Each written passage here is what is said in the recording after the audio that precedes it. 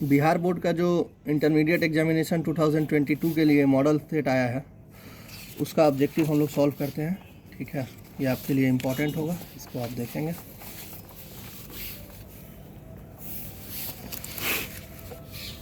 पहला क्वेश्चन है, निम्नलिखित में अक्रिस्टलीय ठोस कौन है? इसका हो जाएगा प्लास्टिक। पिंड केंद्रित घनाकार इकाई सेल में परमाणुओं की संख्या कितनी होती है? तो इसका ऑप्शन ए 2 हो जाएगा। कैसे? 8 × 1/8 + 1 हो जाता है, तो ये हो जाएगा 2। घनाकार क्रिस्टल में ब्रेविस जालकों की संख्या होती है, इसका हो जाएगा 3, ऑप्शन बी। निम्नलिखित में किस दोष के कारण क्रिस्टल के घनत्व में कमी होती है? पता है आप लोगों को, शॉटकी दोष के कारण क्रिस्टल के घनत्व में कमी आती है, क्योंकि एक धनायन और एक ऋणायन क्रिस्टल को छोड़ के चले जाते हैं। मोलरता को व्यक्त किया जाता है मोल पर लीटर में।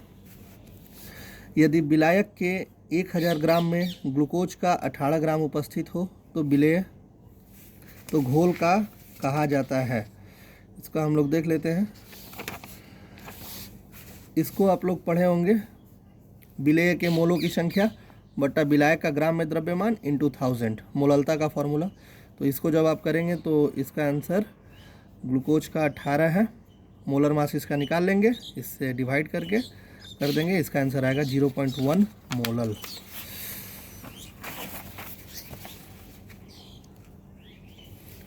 अगला, किसी तनु घोल का अणुसंख्य गुणधर्म निर्भर करता है विलेय के कणों की संख्या पर। किसी विलयन के परासरण दाब को किस संबंध से व्यक्त किया जाता है? π/c = RT, जहाँ पाई क्या है तो पाई परासरण दाब है। विद्युत धारा की वह मात्रा जो CuSO4 के घोल से 1 मोल कॉपर को मुक्त करती है। देखिए इसका ऐसे होता है ना, Cu2+ 2 इलेक्ट्रॉन ये बना देता है Cus, तो यहाँ पर इसका आंसर हो जाएगा 2 फैराडे। फैराडे के विद्युत विच्छेदन के प्रथम नियम को व्यक्त करने के लिए निम्नलिखित में कौन सही समीकरण है? इसका होगा ऑप्शन बी, M = ZCT, जहाँ Z एक स्थिरांक है। 11 नंबर क्वेश्चन है, किसी भी विलयन की सांद्रता घटने के साथ निम्नलिखित में क्या परिवर्तन होता है? सांद्रता घटेगा, सांद्रता जब घटेगा तो मोलर चालकता बढ़ जाएगा। निम्नलिखित में कौन प्राथमिक सेल नहीं है? लोगों को पता है, लेकलैंड सेल, गैल्वेनिक सेल और मरकरी सेल प्राथमिक सेल है, जबकि लेड एक्यूमुलेटर, लेड संचायक जो है वो प्राथमिक सेल नहीं है, यानी इसका ऑप्शन हो जाएगा डी। निम्नलिखित में कौन कारक अभिक्रिया दर को प्रभावित करता है? तो ताप भी करता है, दाब भी करता है, सांद्रण भी करता है, तो इसका आंसर हो जाएगा ऑप्शन डी।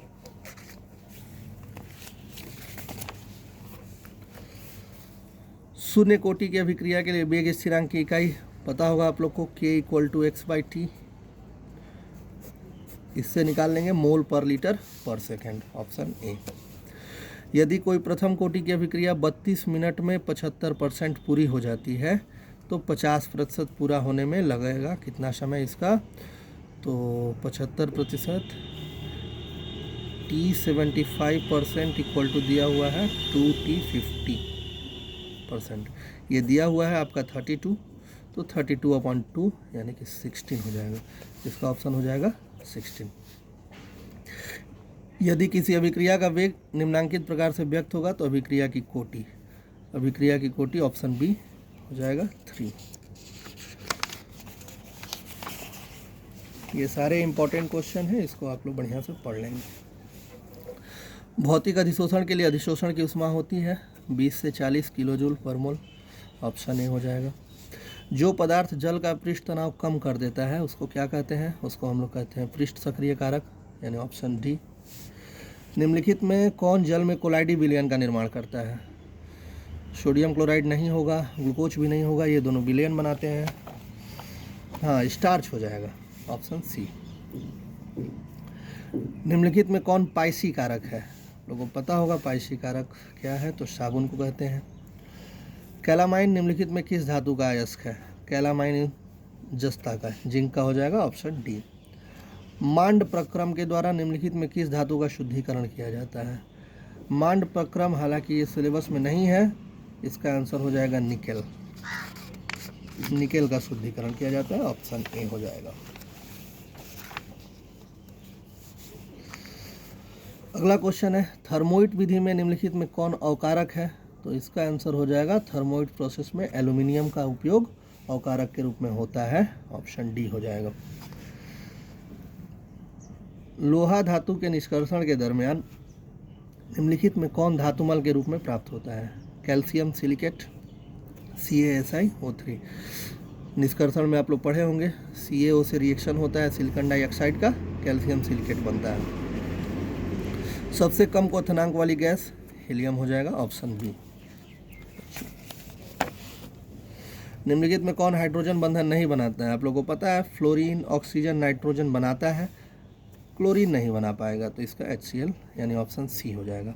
ऑक्सीजन और ओजोन क्या है? तो अपरूप है, एलोट्रॉप्स। निम्नलिखित में कौन द्विभाषमिक अम्ल है? H3PO3। संरचना भी देख लेंगे इसका। संक्रमण तत्वों का स्थान आवर्त सारणी के अंतर्गत है। संक्रमण तत्व यानी कि डी ब्लॉक S और P के बीच में होते हैं, उसको संक्रमण तत्व कहते हैं, ऑप्शन सी। निम्नलिखित में कौन संक्रमण तत्व का युग्म है? तो सोडियम और कैल्शियम, ये तो आपका S ब्लॉक के हैं, हम लोग को D ब्लॉक देखना है, तो इसका हो जाएगा कॉपर और आयरन यानी ऑप्शन डी। क्रोमियम Z=24 का इलेक्ट्रॉनिक विन्यास, ये हो जाएगा option B, argon 3d5 4s1।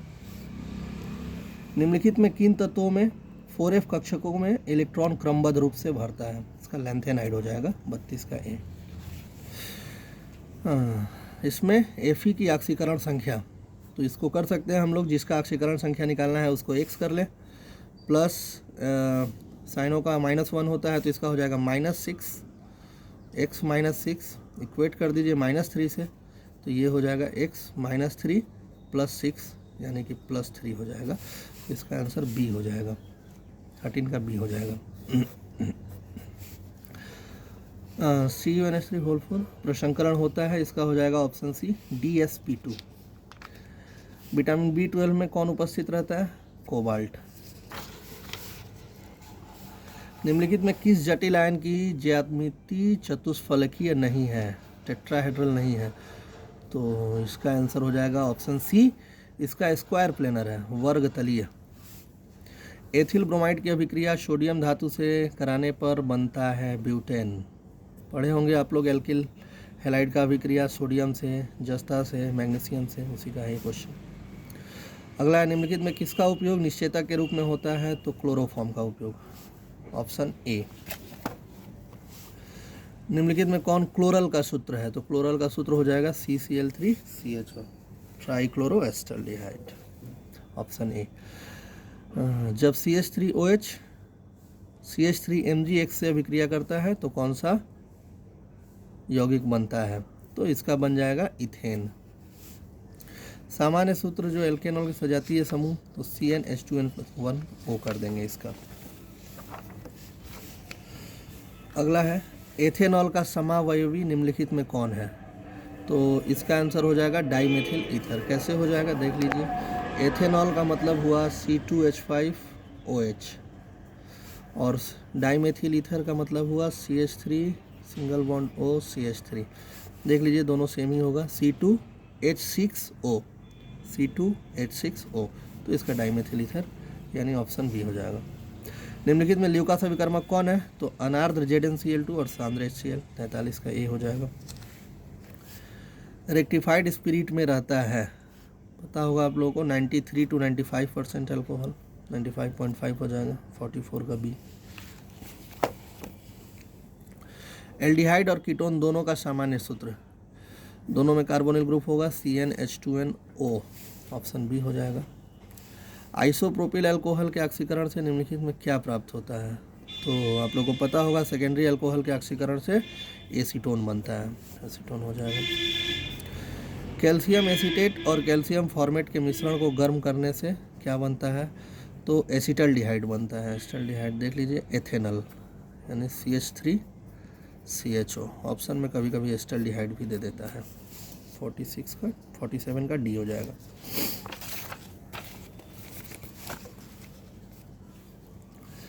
C6H5 MgBr का निम्न के साथ क्रियाशीलता का सही क्रम है, तो +I -I इफेक्ट, इसका ऑप्शन ए होगा। निम्नलिखित में किस यौगिक में कार्बोक्सिल समूह नहीं है? कार्बोक्सिल समूह यानी सिंगल बॉन्ड COOH, तो मेथेनोइक में तो होता है, एथेनोइक और बेंजोइक में भी होता है, यानी इसका हो जाएगा पिक्रिक एसिड, 49 का सी, फेनॉल का कंपाउंड है। मोनोकार्बोक्सिलिक अम्ल निम्नलिखित में किसका क्रियाशील समावेशी है? ईस्टर, 50 का ए हो जाएगा। निम्नलिखित में किस अभिकर्मक के द्वारा फार्मिक अम्ल और फॉर्मल्डिहाइड के बीच विभेद किया जा सकता है? तो इसका NaHCO3 हो जाएगा। फार्मिक अम्ल कार्बन डाइऑक्साइड दे पाएगा, फॉर्मल्डिहाइड नहीं दे पाएगा। जब फार्मिक अम्ल को सांद्र H2SO4 के साथ गर्म किया जाता है तब निम्नलिखित में से क्या बनता है? फार्मिक अम्ल यानी HCOOH H2SO4 कार्बन मोनोऑक्साइड बनेगा और जल बनेगा। कार्बन मोनोऑक्साइड बनेगा, जल ऑप्शन में नहीं है, हालांकि जल भी बनता है। प्राइमरी एमीन का क्रियाशील मूलक काफ़ी सिंपल, सिंगल बॉन्ड NH2, 53 का बी हो जाएगा। एथिल एमीन की अभिक्रिया नाइट्रस एसिड से कराने पर क्या बनेगा? एथिल एमीन प्राइमरी एमीन की अभिक्रिया नाइट्रस एसिड से कराने पर अल्कोहल बनेगा, C2H5OH। एसिटामाइड की अभिक्रिया ब्रोमीन और NaOH के साथ कराने पर प्राइमरी एमीन बनेगा, पढ़े होंगे आप लोग, हॉफमैन ब्रोमाइड अभिक्रिया, 55 का बी हो जाएगा, मेथिल एमीन। 56 निम्नलिखित में किसमें एल्काइलेशन संभव है?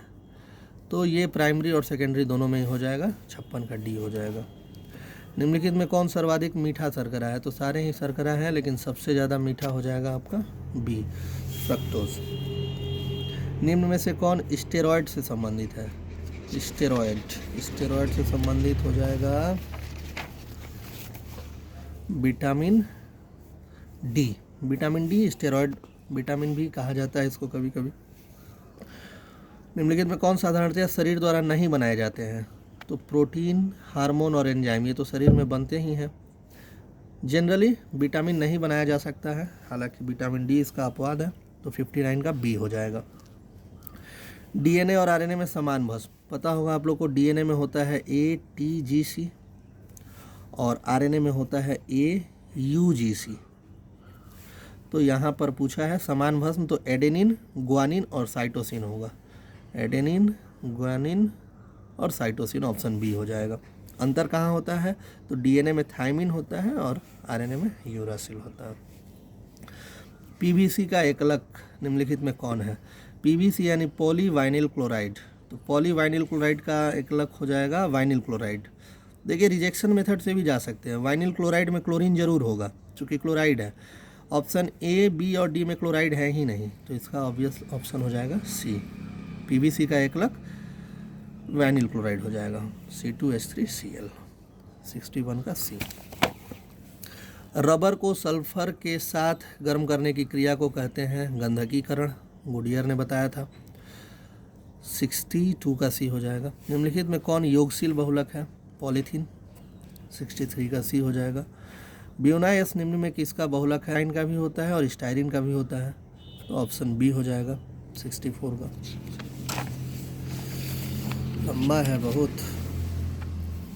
हाँ, निम्न में कौन कृत्रिम मीठा भी करता है? 65 आर्टिफिशियल, तो सैकरीन, सोडियम साइक्लोमेट और स्पार्टेम, तीनों ही हो जाएगा कृत्रिम मीठा, जो कि स्वीट सेंसेशन देगा लेकिन बायोलॉजिकल एक्टिविटी में भाग नहीं लेगा।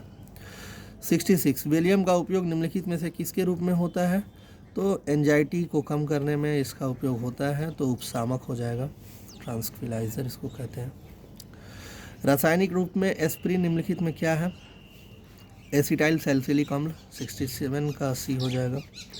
निम्नलिखित में किसका उपयोग एंटीसेप्टिक के रूप में होता है? फिनॉल, बेंजल्डिहाइड, बेंजिलेमीन और मैलिक एनहाइड्राइड, तो इसका आंसर हो जाएगा एंटीसेप्टिक के रूप में 68 का ए हो जाएगा, फिनॉल। हालांकि ये भी डिसइंफेक्टेंट के रूप में ही ज़्यादा यूज होता है, लेकिन ऑप्शन के हिसाब से एंटीसेप्टिक भी हो जाएगा, तो 68 का ए होगा। 69 निम्नलिखित में किस में कार्बोनिल समूह उपस्थित होता है? तो कार्बोनिल समूह ईथर में तो होगा नहीं, अल्कोहल में OH होता है, एमीन में NH2 होता है, इसका आंसर हो जाएगा कीटोन। ध्यान देंगे कीटोन में भी कार्बोनिल समूह होता है, एल्डिहाइड में भी होता है।